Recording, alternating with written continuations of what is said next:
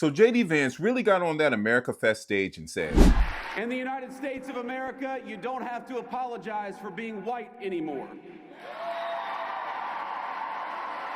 And I'm sitting here like, who asked you to? Now, he said this right after bragging that DEI got relegated to the dustbin of history, meaning we already killed the program. Now I must act like I'm still the victim. What's really wild about this is that they have the White House, they have executive power.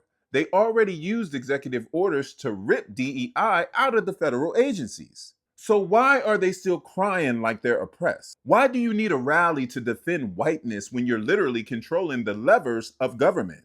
This is what people don't want to admit. A whole lot of this ain't about policy. It's about ego. Because if you're truly innocent, you don't need a chant.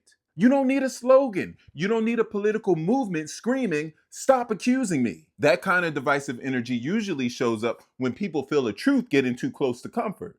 This is grievance politics. They take the mild discomfort of hearing about racism and try to rebrand it as persecution. They turn accountability into attack. They turn history into humiliation. They turn equal opportunity into anti-white discrimination. And let's stop playing.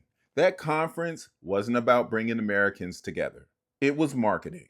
It was a branding event for a movement that wants to replace serious solutions with emotional permission slips. Permission to dismiss inequality, permission to stop listening, permission to call empathy weak, permission to treat civil rights as a scam.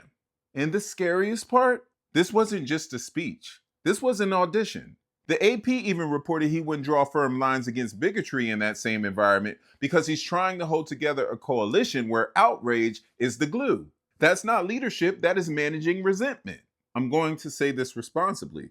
Any political operation that repeatedly spreads misinformation or pushes scapegoating and normalizes extremist adjacent rhetoric deserves scrutiny by journalists, watchdog groups, and the public. Not because free speech should be banned, but because propaganda should not be treated like patriotism.